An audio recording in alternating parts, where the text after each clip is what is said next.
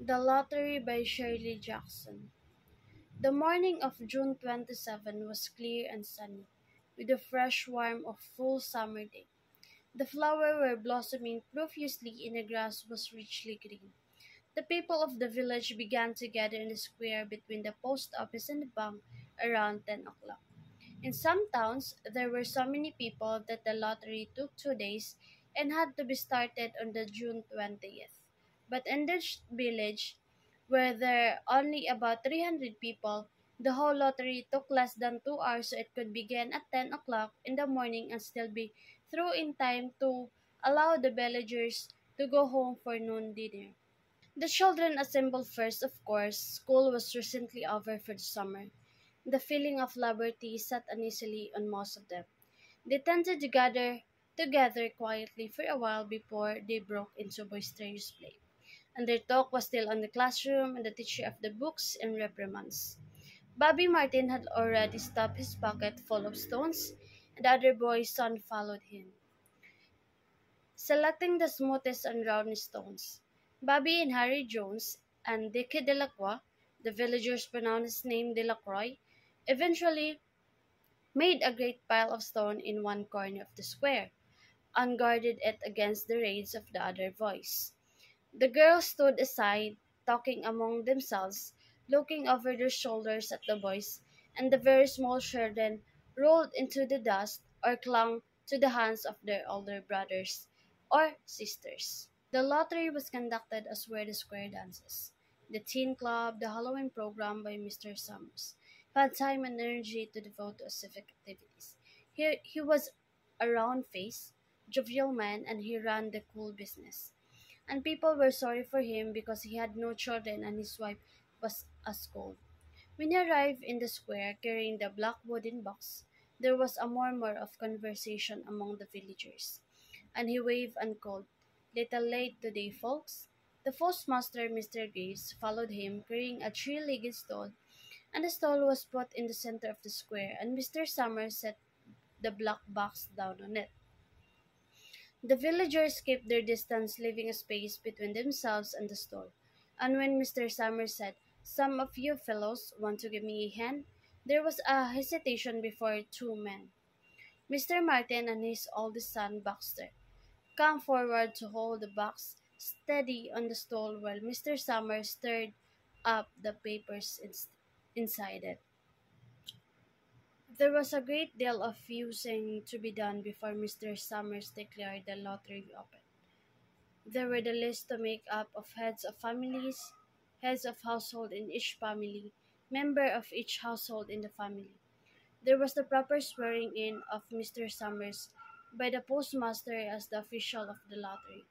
At one time, some people remembered there had been a recital of some sort performed by the official of the lottery, a perfunctory tuneless chant that had been rattled off duly each year.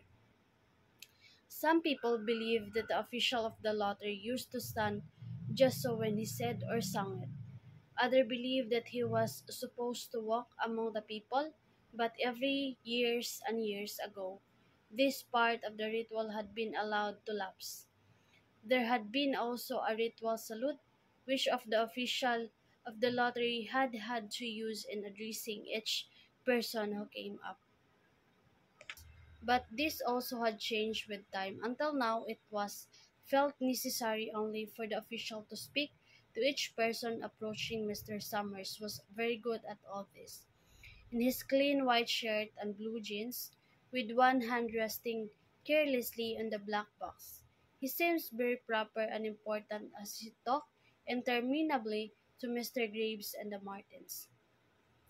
Just as Mr. Summers finally left off talking and turned to the assembled villagers, Mr. Hutchinson came hurriedly along the path to the square, her sweater thrown over her shoulders and slid into pieces in the black of the crowd. "Clean forgot what day it was," he said to Miss Delacroix, who stood next to her, and they both laughed softly. "True, my old man was out back standing wood," Miss Hutchinson went on. "And then I looked out the window, and the kids was gone, and when I remember it was the 27th and came a running. She dried her hands on her apron, and Miss Delacroix said, "You're in time." Miss Hutchinson craned her neck to see through the crowd and found her husband and children standing near the front. She tapped Miss Delacroix on the arm as a farewell and began to make her way through the crowd. The people separated good honorably to let her through. Two of three people said, just loud enough to be heard across the crowd, "Here comes your Miss Hutchinson." And Bill, she made it after all. Mrs. Hutchinson reached her husband, and Mr. Summer, who had been waiting, said cheerfully, "True, we were going to have get on without you, Tessie."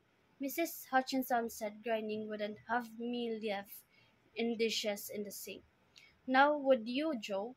And soft laughter ran through the crowd as the people stared back into position after Mrs. Hutchinson arrived. "Some places have already quite lotteries, Mr. Adams." "Nothing but trouble on that," Old Man Warner said stonily back of the young folks. Martin and Bobby Martin watched his father go forward over the Percy. "I wish they'd hurry up," Mr. Dunbar said to her older son. "I wish they'd hurry up." "They're almost through," her son said. You get ready to tell Dad," Mrs. Dunbar said. Mr. Summer called his own name and then stepped forward precisely and selected a slip from the box. Then he called Warner. "77 year I've been in the lottery," Old Man Warner said as he went through the crowd. 77 times. "Watson," the tall boy came awkwardly through the crowd.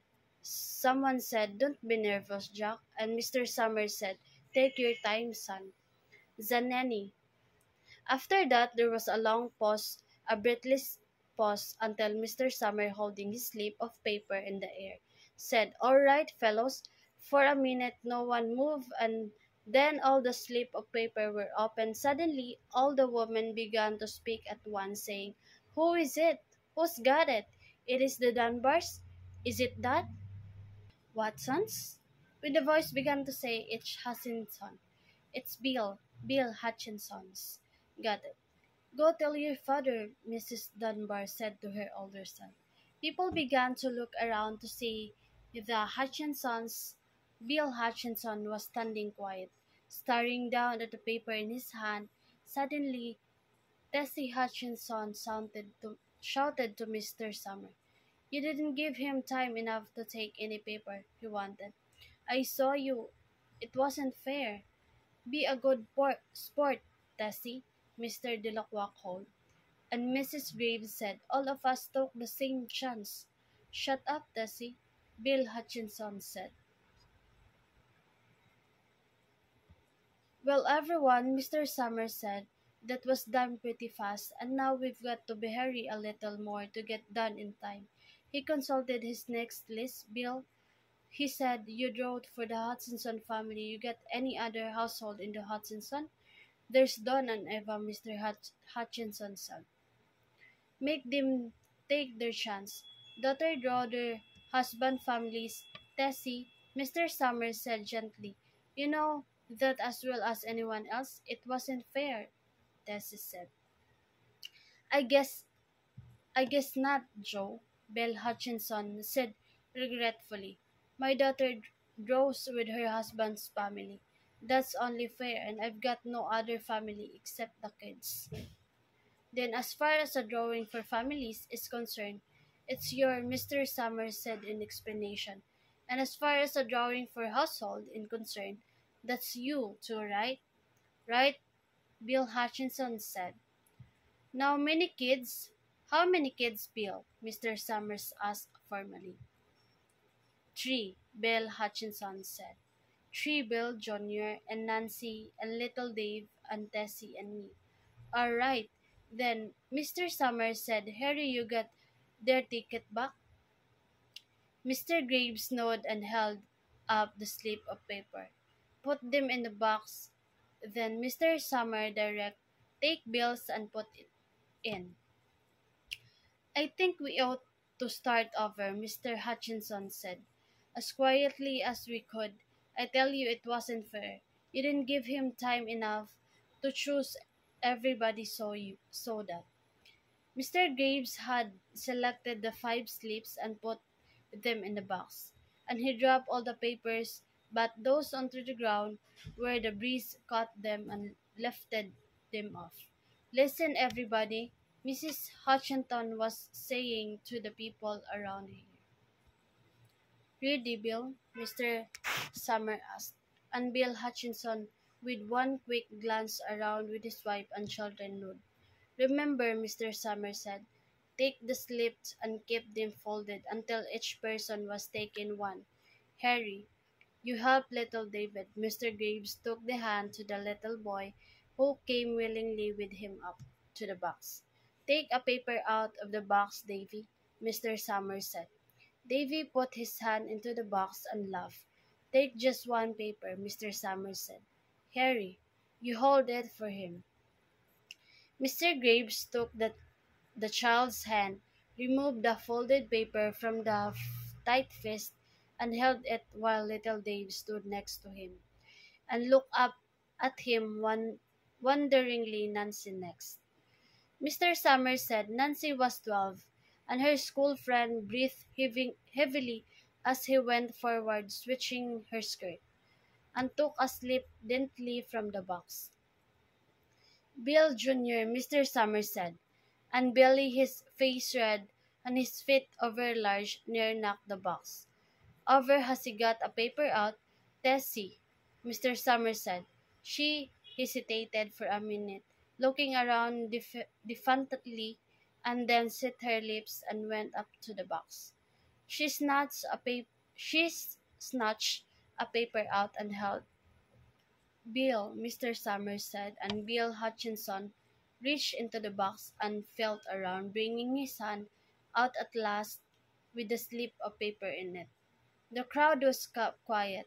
A girl whispered, I hope it's not Nancy, and the sound of the whisper reached the edge of the crowd.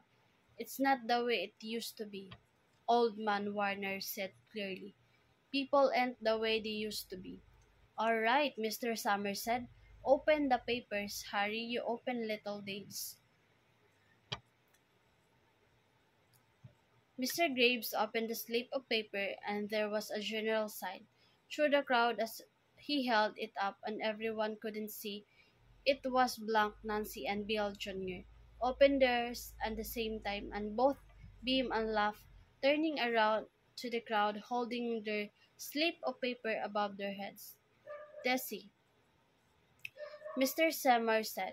There was a pause, and when Mr. Summer looked at the Bill Hutchinson, and Bill unfolded his paper and showed it was blank. It's Tessie, Mr. Summer said, and his voice was harsh. Show us her paper, Bill. Bill Hutchinson went over to his wife and forced the slip of paper out of her hand. It was a black spot on it. The black spot Mr. Summer had made the night before with a heavy pencil in the coal company office. Bill Hutchinson held it up, and there was a stare in the crowd. All right, folks, Mr. Summer said, let's finish quickly. Although the villager had forgotten the ritual and lost the original black box, they still remembered to use stone. The file of stone the boys had made earlier was ready. There were stones on the ground with a blowing scrap of paper that had become one of the box Delacroix selected, a stone so large. She had to pick it up with both hands and turn it to Mrs. Dunbar. Come on, she said, hurry up. Mrs. Dunbar had a small stone in both hands, and she said, gasping for breath, I can't run at all. You'll have to go ahead, and I'll catch you up with you. The children had stone already, and someone gave little Davy Hutchinson a few pebbles. Tessie Hutchinson was in the center of a cleared space by now, and she held her hands out desperately as the villagers moved in on her. "It isn't fair," he said.